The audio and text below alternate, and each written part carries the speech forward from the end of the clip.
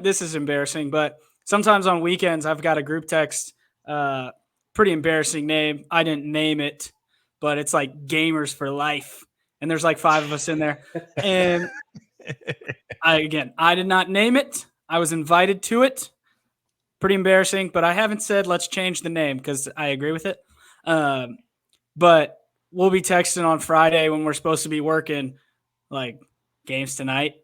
And I'll know that it's time to mix up the pre-workout, and it's going to be a long one. Absolutely. You know what's interesting is the crossover between athletes and gamers, which I feel like back in the day, or at least whenever you're in school, a lot of both of those things typically get separated. Mm-hmm. I don't know if it's just the fact that people grow up and get more mature, but maybe it was just that the athletes were always playing the games, but they kept it to themselves because it was considered a nerdy type of thing to do whenever you were a kid. I don't know. Oh, I disagree with that. Maybe I'm wrong. It depends on what kind of school or environment you grow up in, I guess, too. So I was going to say, like, for us growing up, there was really no separation. Like, I feel like everybody played video games. The difference was like the people that I hung out with for the most part, we played a lot of sports video games. Yes. At least that I remember. Like a lot of Madden, a lot of college football, FIFA, all that. It wasn't the show back then, whatever the MLB game was. We played a lot of that stuff. And then the other groups would play, like, I don't even know if Call of Duty was a thing, but those type of games. So that was where, like, there was a distinction, I would say. But I'm sure we played some of those games. But you know what was awesome? Like, if I could go back in time, when we were like when I was in elementary school, because I'm older than you guys by a substantial margin. Yeah, we weren't born yet, but not substantial. There's a gap. There's like a 5-year gap between me and Mitchell, and a 5-year gap between Mitchell and Dustin. That's 10 years between me and you, John. So that would be between you and I. There's a gap, but there's a connection that brings us full. You're in elementary school. John wasn't even a thought yet. Back when I was playing the Atari. Atari. You were running down the street with back your when I was riding my dinosaur. Yeah, I was playing wooden wheel. You're hitting that little thing. Exactly. Yeah, I had that ping pong ball that was attached to a wooden stick that you just bat back and forth. You were sick at it though. We had like N64 007 GoldenEye. So good. Best game ever. We played that, and we would play that for, like, days at a time. It was awesome. The best game ever. Yeah. I was, this is funny, and my mom will think this is funny. I would always rig the games. Like, I was win at all costs. This goes video games, backyard football, whatever it was. I would always change the rules to make sure that I won. So I would always get the golden gun in GoldenEye, and they would get another gun. One shot. One shot kill for me, and they had to shoot me 7 times or something. It just wasn't fair. And I'm like, well, get better. Like, it just wasn't fair at all. And sometimes I think this is how I really first got into video games. It was because I was watching sports. It was the NCAA games, and grew up a big Miami Hurricanes fan. Live, breathe, die by the Hurricanes, especially still do to this day, but especially when I'm like an 8, 9, 10-year-old.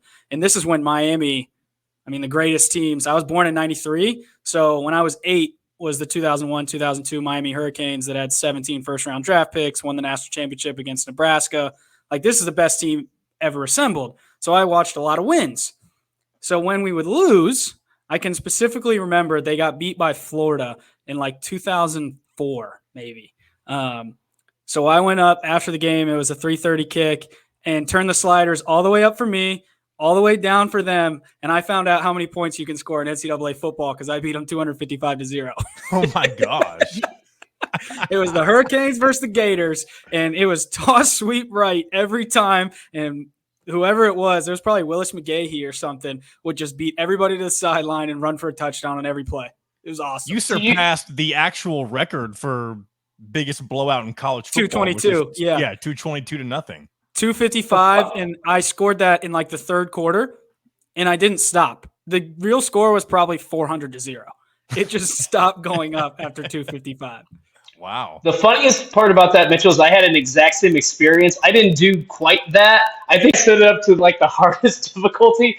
I was like in junior high, and I think it was definitely Notre Dame. Notre Dame had beaten Purdue. And the reason I remember this is because my dad doesn't usually like laugh very hard, but he laughed hard when I said this because I was legitimately, a seventh grader who was pissed off at the world after this game. Notre Dame beat Purdue, and I remember just like storming upstairs, like, I'm going to go kick their ass in NCAA football. And so that's what I did the rest of the night. Yeah. Was just devoted myself to that game, and I didn't rack up 255 points, but it was like, I won by like 21 points, so I felt satisfied with myself. Yeah. I took everything to the nth degree. My dad came up and it was 255-0, and I was running down the sideline. He's like, are you having fun? Like, is this fun to you? And I didn't even look at him, didn't even smile. Yes. That's hilarious. The one thing that comes to mind when it comes to, I don't know if it was NCAA football or Madden, but one of my cousins and I, it was either on Thanksgiving or Christmas, we'd have an annual game between us and Madden or NCAA, and I always won because I was good. Nothing much to it other than that, but that's just what I remember when it comes to playing those games and stuff like that. I also used to really enjoy doing I don't know if it wasn't the Road to Glory, but I used to love taking doing your own dynasty in NCAA football. Oh yeah. And taking a team like Utah State to the national championship or something like that. Someone obscure like that. Yeah, I would just use Miami and win the national championship every year. Just cheat. Like 10 years in a row.